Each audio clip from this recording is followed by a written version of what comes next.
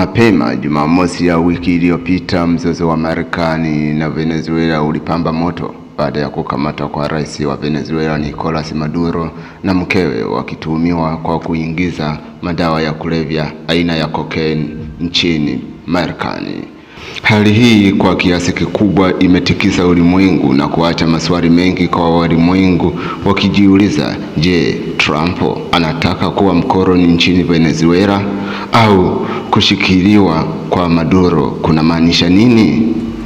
Nimemtafuta mchambuzi wa siasa na diplomasia ndugu Albuni Mwidadi kwa nia ya kuangalia mzozo huu kwa taswira pana. Ipo taswira pana hata unapozungumzia siasa za dunia, hasa mataifa ambayo yana nguvu kiasi na mataifa ambayo yamekuwa yakijiita kwamba ni mataifa yenye nguvu kubwa. Kwa sasa unazungumzia taifa la Marekani ambalo si mara ya kwanza, kwa maana kwamba Venezuela si taifa la kwanza kufanyiwa hiyo operation ya regime ambayo inatoka moja kwa moja kutoka Marekani. Mataifa mengi ambayo kwa historia, kwa mataifa mengi ambayo yamefanyiwa mapinduzi hayo ya kuondoa tawala ambazo ziko madarakani na Marekani, zimeonekana kwamba zinaangukia pua kiusalama, kiuchumi, na hata zinadorora katika masuala mazima yanayohusiana na miundombinu, na wanaingia kwenye vita ambavyo haviishi. Hivi sasa unazungumzia taifa la Iran lishawahi kuvamiwa, unazungumzia taifa la Afghanistan, lakini unazungumzia taifa la Libya hapa barani Afrika lishawahi kupata kadhia hiyo hiyo. Kwa hiyo sasa hivi imeonekana kana kwamba mwenye nguvu mpishe.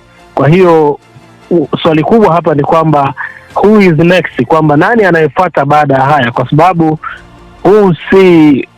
haya si mageuzi ya kwamba anaondoa utawala ambao ulidumu kwa muda mrefu wa Nicolas Maduro, ama ilikuwa ni swala la madawa ya kulevya kama alivyokuwa anadai hapo awali kwamba wanapigana kuhusiana na madawa ya kulevya, lakini wanapigana pia na utawala ambao usiokuwa wa kidemokrasia wa Nicolas Maduro ambaye aliingia madarakani kama rais kamili mwaka 2013.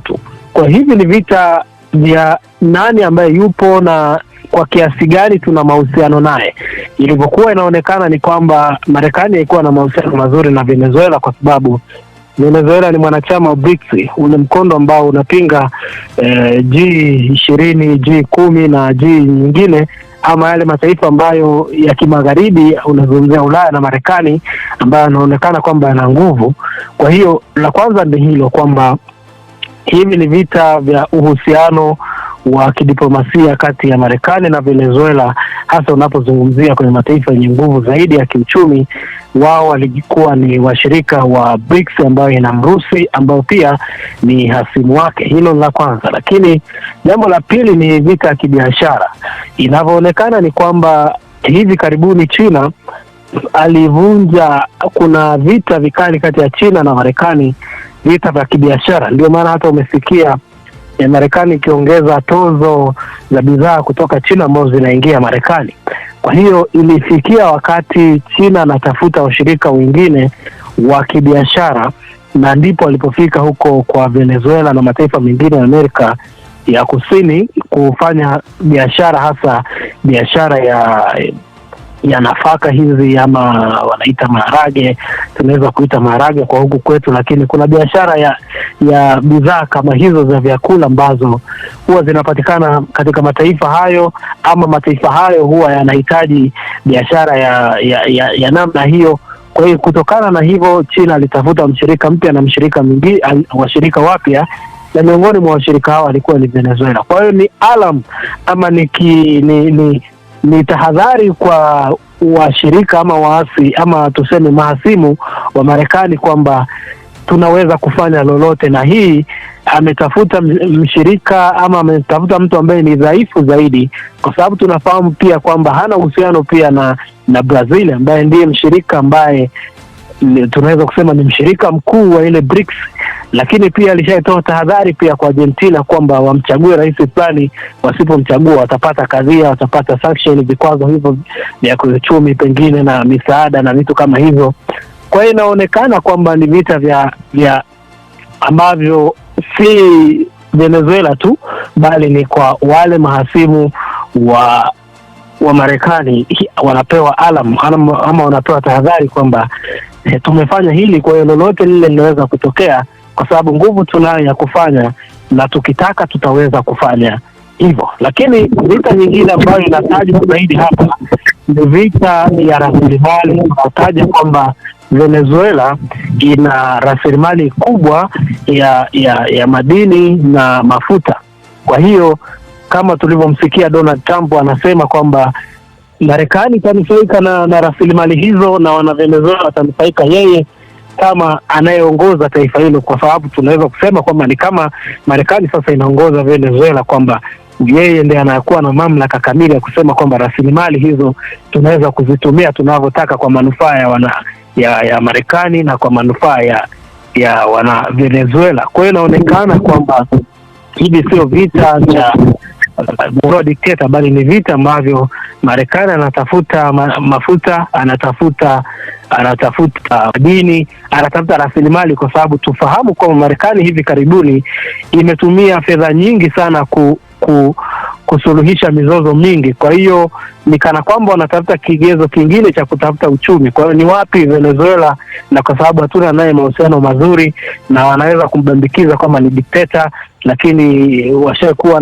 na mahusiano mabaya ya kujibizana maneno. Kwa hiyo ndio kitaswira ya vita hivi ni kwamba inaonyesha ulimwengu kwamba ulimwengu ulikofikia hivi sasa ni pabaya, kwa sababu leo hii labda Urusi anaweza amke aseme Urusi ni ya kwangu. Leo hii China anaweza amke aseme Taiwani tunaichukua.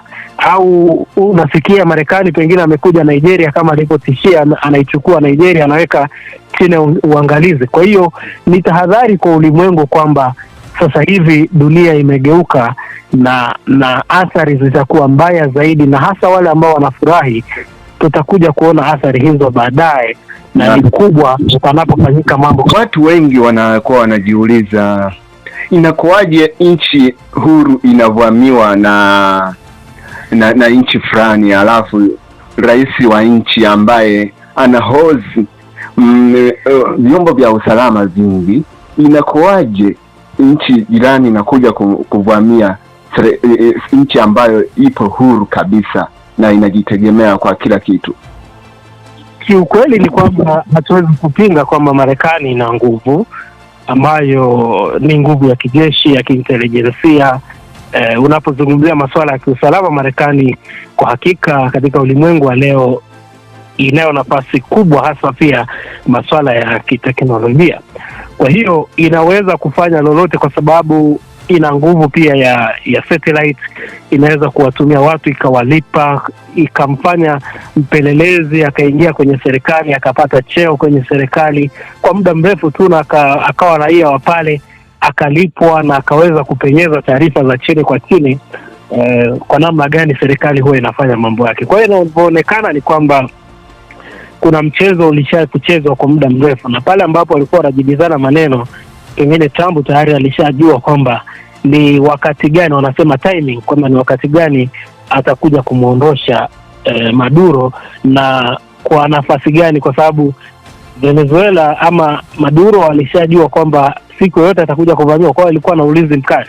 Kwa hiyo huenda kuna hongo, kuna upelelezi, masuala ya teknolojia, lakini tunaweza kusema pia kwamba inaonekana kana kwamba kuna watu walisaliti, na ni watu wa karibu katika walinzi wa usalama wa taifa kwa Venezuela, kwa sababu inavyoonekana ni kana kwamba Marekani imefanya operation rahisi mno kumuondoa kiongozi wa nchi ambaye alikuwa na ulinzi mkali, na ambaye alikuwa anaongoza kwa kutegemea jeshi. Kwa hiyo inaonekana kwamba kuna namna moja ama nyingine vyombo vililegezwa kwenye hilo, ukiachana na masuala ya kiteknolojia na nguvu ya kijeshi.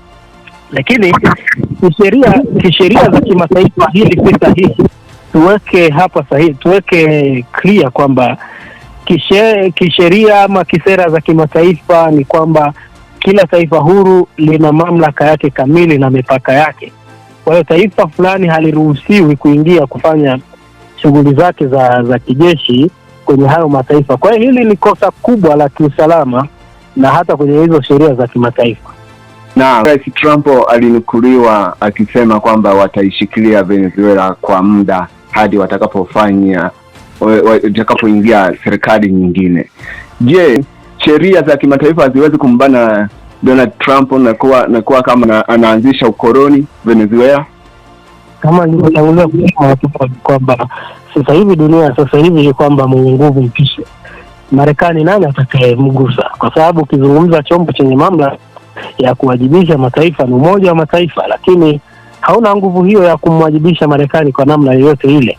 Wataishia tu kulani, wataishia tu kukemea, na kama nilivyoeleza hapo awali kwamba kisheria za kimataifa hili si sahihi kabisa taifa lingine kuingilia mipaka na kufanya mapinduzi bila kushirikiana na vyombo vya ndani kwa kuzingatia makubaliano yaliyopangwa, kama sasa hivi tunavyoona kwamba tunapeleka jeshi la Kenya DRC kwa makubaliano, lakini wakiwa na makubaliano fulani. Hilo ndilo ambalo linakubalika, lakini kupeleka jeshi kwa sababu humpendi rais au kwa sababu pengine raia hawampendi, kinachokubalika ni kwamba wananchi wenyewe waseme hatumtaki kiongozi fulani, wamuondoe. Hilo ndilo ambalo linakubalika, na hii inaonyesha kwamba Marekani sasa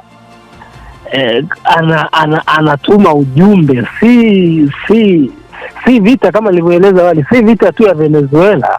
Hii ni vita ya ulimwengu ambayo inatuma ujumbe kwamba maonyo ya Marekani kwa mataifa fulani ama nguvu ya Marekani bado ipo. Kwa hiyo tuna nguvu ya kufanya chochote kile pale ambapo tutakuwa tukihitaji. Kwa hiyo ukisikia kwamba Marekani inatishia kwamba tutaishambulia Nigeria kwa sababu haiwalindi Wakristo, tutaishambulia South Africa kwa sababu haiwalindi wale wazungu wale wachache, kwa inatuma ujumbe mpana kwa Urusi, kwa China kwenye masuala mazima ya teknolojia kwamba tunaweza kufanya lolote pale ambapo tunalitaka. Kwa hiyo hii si vita tu ya Venezuela, japo kwamba inaleta taswira hiyo kwamba kuna ukoloni mpya unakuja, na ukoloni wenyewe ndio huu kwamba sasa hivi mwenye nguvu mpishe. China anafanya lolote kwenye pwani ile ya Taiwan. Vile vile Urusi sasa hivi anaivamia Ukraine anavyotaka. Nani anaweza kumwajibisha licha ya vikwazo ambavyo vimewekwa ambavyo vinaonekana kwamba bado kuna mataifa na kuna watu wanawaunga mkono. Kwa hiyo dunia imegawanyika, na dunia sasa hivi haijali tena kwenye hilo, na huku kutojali ndiko ambako kunafanya tufikie hapa kwamba taifa leo likiamka lile lenye nguvu linaweza kushambulia, kumuondoa kiongozi na kujitangazia ushindi, na kwamba hilo ni sawa na ukoloni mpya ambao unakuja. Kwa hii haikubaliki, na tunaweza kuita kwamba ni ukoloni mpya ambao unakuja, na ni tahadhari hata kwa mataifa yetu ya bara la Afrika kwamba tuwe tahadhari kwenye masuala kama haya pale ambapo yanakuja, kwa sababu si drama tena bali ni ukweli halisi, na limedhihirishwa hilo na shambulio la Venezuela. Kuna nguvu gani kwa washirika wa Venezuela, Urusi, China na mataifa mbalimbali ambayo yameamuru Marekani imwachilie Rais Maduro haraka iwezekanavyo? Wana nguvu gani hiyo ya kumfanya Marekani aweze kumwachilia huyo rais? Hakuna nguvu zaidi ya matamko kama yatakavyotolewa, na haya mataifa yenye nguvu yanajifahamu yenyewe kwamba dunia sasa hivi nguvu si kuwa na fedha. Nguvu haitegemei tu kwamba uwe na uchumi mkubwa, uwe na silaha kubwa, bali nguvu ya sasa hivi ni kujenga hofu kwa mpinzani wako, aone kwamba aishi kwa hofu kwa wakati wote. Ndicho ambacho watawala wanachokifanya sasa hivi. Urusi ni miaka 2-3 sasa hivi inaenda tangu ameanzisha mashambulizi yake Ukraine. Ni kitu gani ambacho kimefanya cha maana na washirika wa Ukraine akiwemo Marekani? Hakuna, zaidi ya kumpa silaha, kumpa fedha na kumpa kile anachokitaka, lakini apigane mwenyewe. Vile vile China anaitishia Taiwan, kulikuwa na mgogoro pia na Hong Kong na vitu kama hivyo. Nani ameiwajibisha China kwenye hili? Hakuna. Marekani akifanya hivi, na ambaye sasa hivi tuseme ndiye anayeongoza siasa za kimataifa, unazungumzia Umoja wa Mataifa, hawa mataifa yenye nguvu kama Uingereza, mataifa gani ya Ufaransa yako chini ya Marekani, kipi ambacho kinaweza kufanyika? Ni hapana. Kwa hiyo Marekani sasa hivi anafanya lolote analolitaka Kwa hiyo ambacho kitamkwamisha yeye ni natural power, kwamba hiki hakiwezekani kwa sababu ya nature, lakini kwa nguvu zao sasa hivi wanaweza kufanya chochote wanachokitaka, na hakuna nguvu ambayo tuseme itakuja China, itakuja Urusi, wao wataishia kukemea. Ingekuwa ni vita, wangeweza kusaidia kwa kutuma wanajeshi, lakini kutuma vifaa na vitu kama hivyo hilo lingewezekana. Lakini sasa hivi kwa sababu mshirika wao ameshadondoshwa, wao hawana nguvu tena kwenye hilo, kwa sababu dunia sasa hivi imetengwa. Unapoangalia China amewekwa vikwazo vingi, yeye mwenyewe anajinasua kutoka kwenye vikwazo. Ukiangalia Urusi, yeye mwenyewe anajinasua. Angalia Korea Kaskazini, wote wale ambao wana mitazamo tofauti na Marekani wamewekwa vikwazo ambavyo vinadhoofisha kila kukicha. Angalia sasa hivi Irani inavyopata tabu, uchumi unadorora, maandamano na vitu kama hivyo. Kwa hiyo unaona kwamba yeyote atakayemgusa Marekani anapata dhihaka kubwa. Kwa hiyo sasa hivi hata Urusi mwenyewe kwenye hivyo vita, unaona kuna mamluki wanaletwa kutoka Afrika, wanaambiwa kwamba wanakwenda kufanya kazi, wakifika kule wanaingizwa vitani moja kwa moja. Kwa hiyo unaona kwamba mataifa yenyewe ya namna hiyo yamekosa nguvu kazi ya watu na vitu kama hivyo. Kwa hiyo hawawezi kufanya lolote kwa sasa kusaidia Venezuela, zaidi tu ya kutoa hayo matamko ambayo tumeshayazoea kama ambavyo yamekuwa kutolewa huko awali. Tumeona Marekani na chini ya Rais Donald Trump wakiwa kipaumbele kwenye meza za kusuluhisha migogoro mbalimbali duniani. Je, hili sakata lao la kumteka nyara, naweza kusema hivyo, rais wa Venezuela Maduro, huoni kwamba inaweza kuichafua Marekani kwenye harakati zake za usuluhisho kwenye migogoro mbalimbali duniani? Ilivyo bahati ni kwamba taifa la Marekani sasa hivi linaongoza hizo siasa. Kwa hiyo wanaweza wakajisafisha wenyewe, kwa sababu kama nilivyosema, si mara ya kwanza kufanya kituko cha namna hii, lakini wametokea na wameendelea kuaminika. Kwa hiyo anachokifanya Marekani inaonekana kwamba ni sahihi zaidi kuliko kawaida. Kwa hiyo anaweza kafanya akasingizia, kwa sababu zinatengenezwa propaganda kwamba alikuwa kiongozi dikteta, kulikuwa na vita ya madawa ya kulevya yalishindwa, kwa hiyo tumefanya hivi.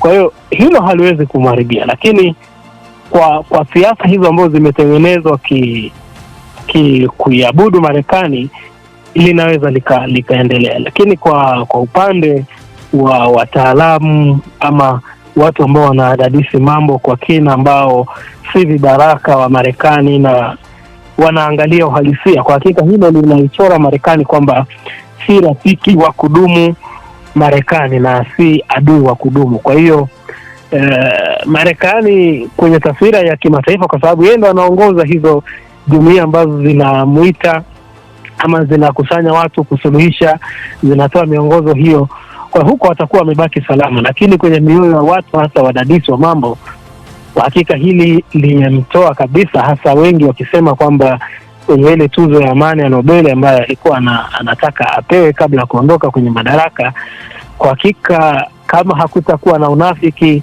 kwa sifa hii, atakuwa amekosa moja kwa moja, kwa sababu haikustahili. Hata kama kiukweli Maduro alikuwa dikteta na namna hiyo, lakini hakustahili kuondolewa kama walivyomuondoa, kwa sababu ile ni taifa huru lenye mamlaka kamili ambao lilikuwa linahitaji kufuatwa taratibu za kimataifa za kuzingatia masuala mazima ya usalama na uhuru wa mipaka ya taifa. Kwa hiyo hili limemchora vibaya, lakini kama tunavyofahamu kwamba ni watu ambao na hawafanyi jambo kwa kubahatisha, bila shaka walishafahamu wanachokifanya. Kwa hiyo kuna namna litatengenezwa waonekane kwamba wao walikuwa wema zaidi katika kufanya hilo. Ndio maana unaona kuna watu katika miji mbalimbali Marekani huko wanashangilia kuondolewa kwa Maduro.